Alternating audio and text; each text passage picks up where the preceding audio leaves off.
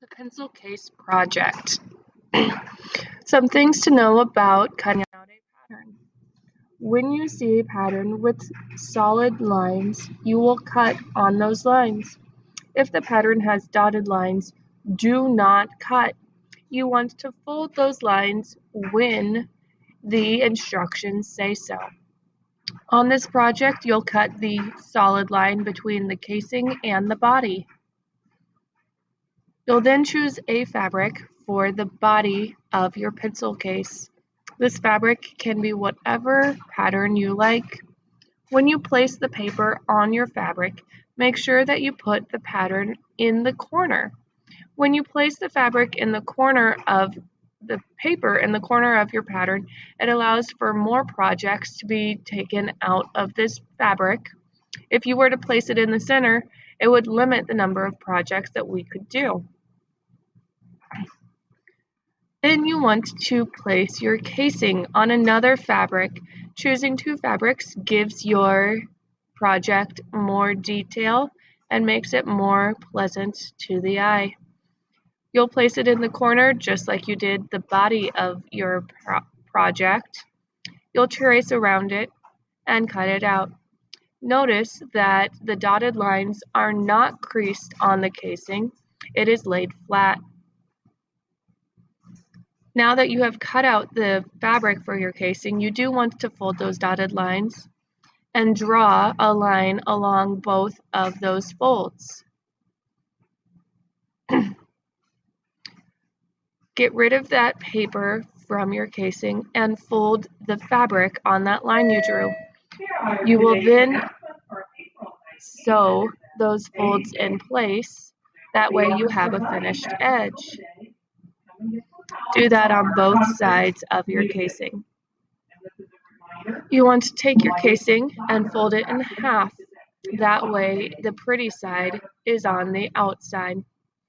You'll place that casing on the pretty side of your fabric. Make sure the edges of your casing match up with the edge, one edge of the body. That body is laid flat.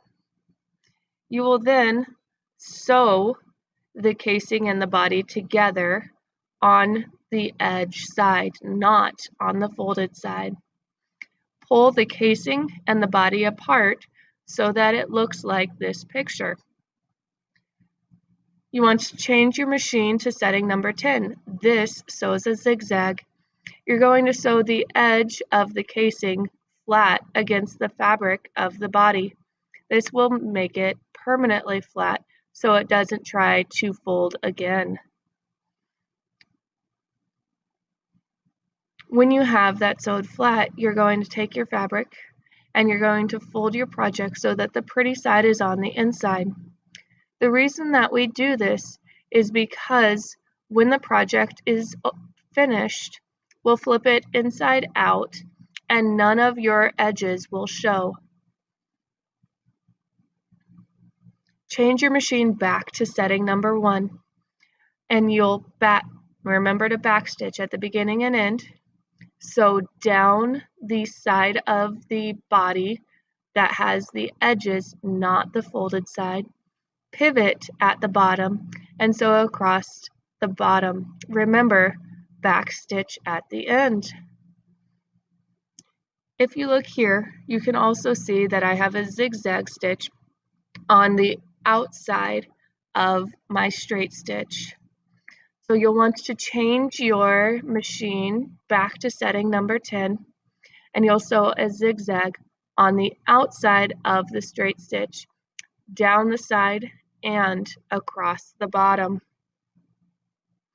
When you have finished sewing both the straight stitch and the zigzag stitch, turn your project inside out so that the pretty side is showing. Miss Clint will give you a string to put through the casing that makes it a drawstring bag.